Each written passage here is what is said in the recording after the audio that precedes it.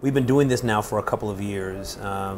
I.D.E.A, which stands for Inclusion, Diversity, Education, and Awareness, decided to do events in Cannes a number of years ago. Really, it's just as a reception to bring people of color and women together, just a fellowship, not necessarily for a conversation, but just to be able to meet and greet each other. There are so few of us that are here.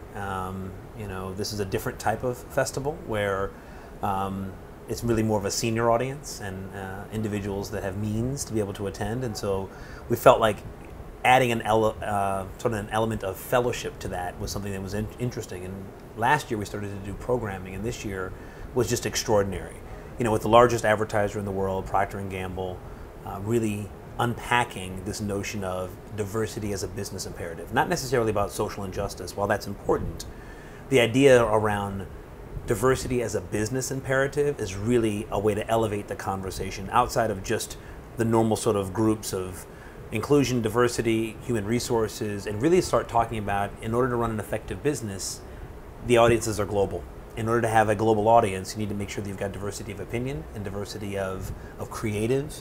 And this is a wonderful way to deliver that message. Marc Pritchard is a phenomenal leader who's been in our industry for quite some time. And when the largest advertiser in the world, Procter & Gamble, says this is something that is important to us, without necessarily about it being product placement, but really being able to make sure that we elevate the dialogue, it's just an extraordinary honor. And we were very happy to be a part of this.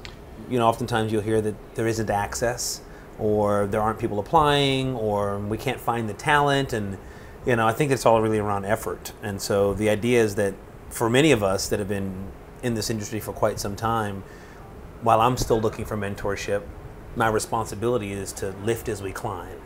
And so yes, I work at Facebook, and one of a few people of color that are VPs there.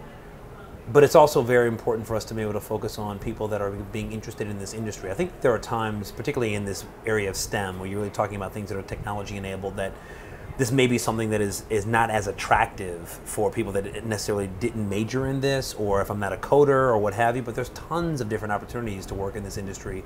Marketing, business affairs, operations, sales, marketing. There are product and engineering opportunities as well, but at the end of the day, the responsibilities and positions amongst all these industries is just extraordinary. And it's about actually hiring talent. Oftentimes you're taught on the job what you specifically need to do for your job, so the idea is to look for talent, wherever that may be.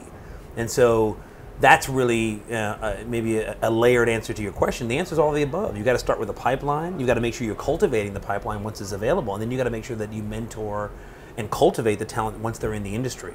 So whether or not it be at your own company or at other companies, this is not about any one of our brands. I.D.E.A is meant to elevate the dialogue around this industry.